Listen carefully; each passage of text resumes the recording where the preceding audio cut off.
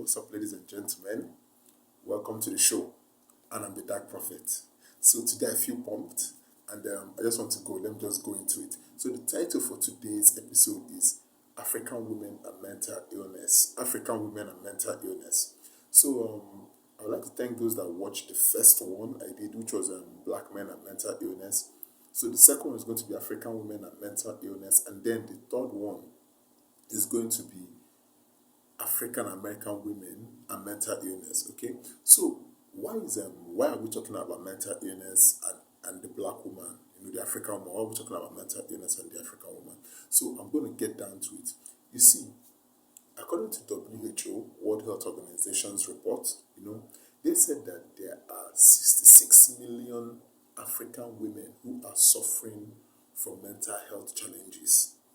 66 million African women are suffering from mental health challenges, and that's not even bad. It gets worse.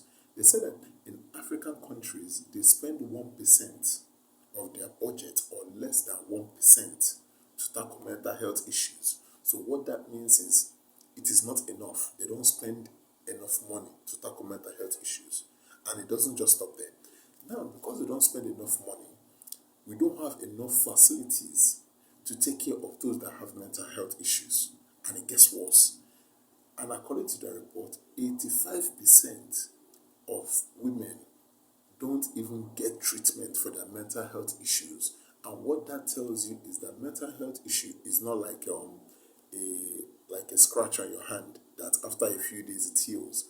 The more you don't take care of your mental health issue, the worse it gets. So if 85% of women don't get access to mental health clinics, it just gets worse and worse and worse. So that's the reason why we're talking about mental health issues and African women. So there's a growing concern over this issue that a lot of African women are suffering mental health issues, and there's a need to raise awareness about it. There's a need to talk about it. There's a need to sensitize the public so that the government can make favorable policies that can help ensure that those who are facing mental health issues, especially women like we are talking about now, can be taken care of, and of course men too.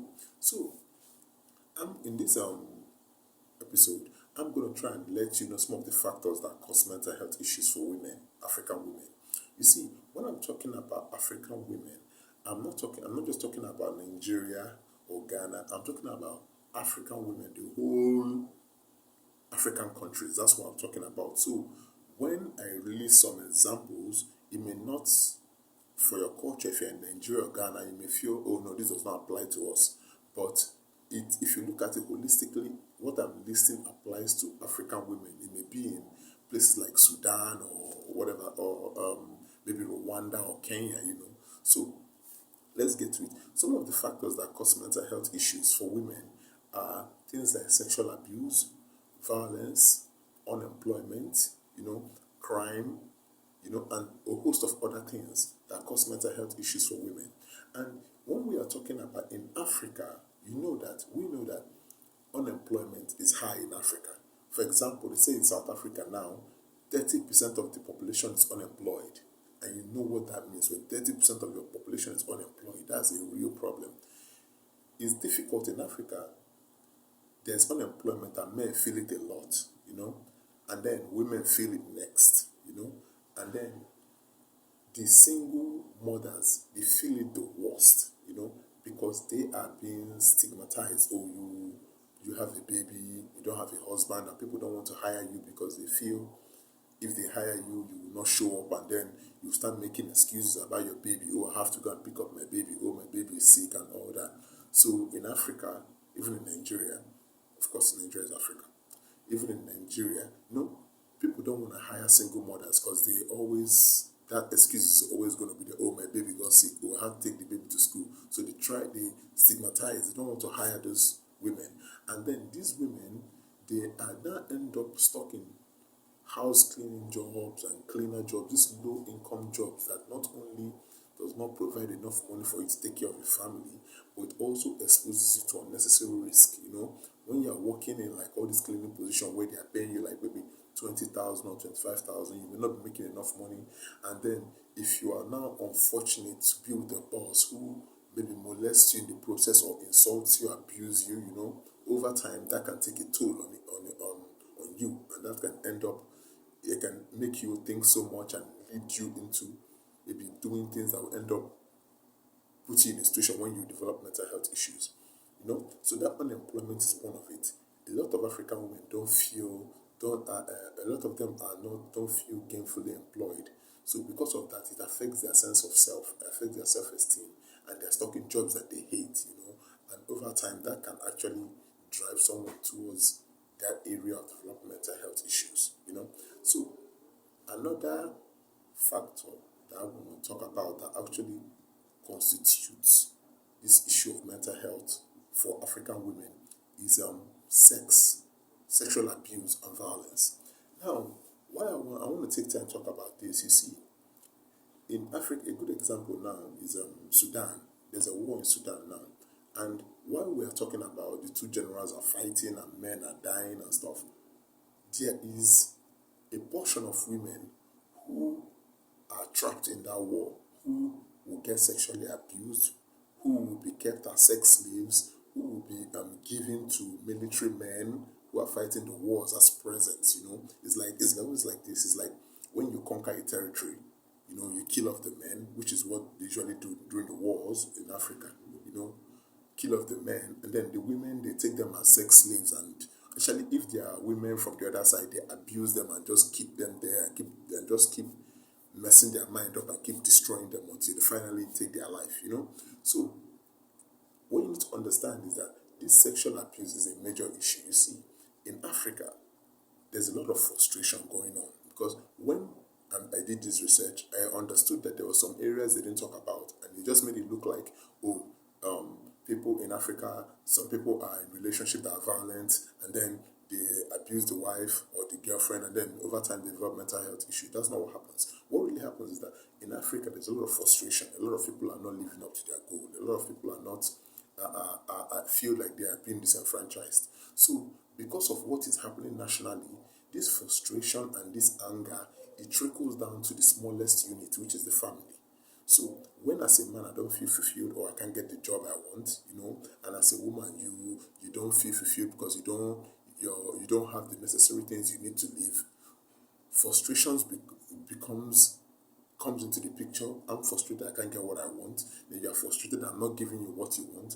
And then before you know it, we're at each other's neck. And then the abuse starts. I start abusing you either because you are always telling me I'm not a good enough man, or I'm not doing this, I'm not doing that. So I had to beat you, to subjugate you, to hold you down so you feel respect me, Things like that. I've seen that so many times, and that's what usually happens, Then the man starts beating the woman to try and get her to respect him, and then before you know it, it just goes down there, Sexual abuse thing happens on always beating her, and then you know how that thing goes in the sense that you hit her and then she's quiet, and all of a sudden it reinforces that behavior. You keep doing it. So this sexual abuse thing, right? It is dangerous because there's so much frustration. That frustration trickles into the relationships between partners, and then sexual abuse happens. Or sometimes some uncles take advantage of younger girls or stuff like that, take advantage of them and sleep with them. Or again, like I said, during wars, women are taken advantage of. Those that some military people can take some women and just be abusing them or share them amongst themselves. So this kind of abuse, it creates a situation whereby a woman who has been sexually abused numerous times begins to feel dirty. She begins to feel she's not good enough, she's ugly, that she caused it, that she's not good enough, that God is punishing her, or all that stuff. When that thing starts going into her mind, right, that over time, when she has that behavior over time, keeps thinking about it, it can lead to mental health issues. Because some of these sexual abuse are so violent, that it causes post-traumatic stress disorder. Post-traumatic stress disorder in the sense that post-traumatic disorder, yeah, post-traumatic disorder. And what that means is that you now relieve the trauma. It's like when you are physically abused or abused in a serious way that you can't get over it. You keep thinking about because what they did to you was so shocking and hurtful. Over time, because you keep ruminating on it, it starts affecting your mood, starts affecting how you act. It now becomes part of your personality. you know. And then the dangerous thing about this traumatic thing is that you transfer it to the ones that you give birth to. You know, a woman that was sexually abused then now gives birth to a child that came up as a result of the abuse, you know, every time she sees the child is a reminder that you were abused. So it's difficult for this woman to show love to the child because the child represents everything that she does not want to remember. You understand what I'm saying? So it's kind of difficult. So another thing that causes this, that leads to this mental health issues in African women is lack of education. You see, because a lot of women are not educated, in a lot of African countries, look at Chad, Sudan, a lot of them are not educated. So they buy into the common beliefs about mental health issues. You know, they buy into the belief that mental health issues can be it's from the gods, it's from devil, it's from Satan, it can be infectious. You know, they buy into it that maybe you did something, that's why this thing is happening to you. Maybe your father caused you or your mother caused you.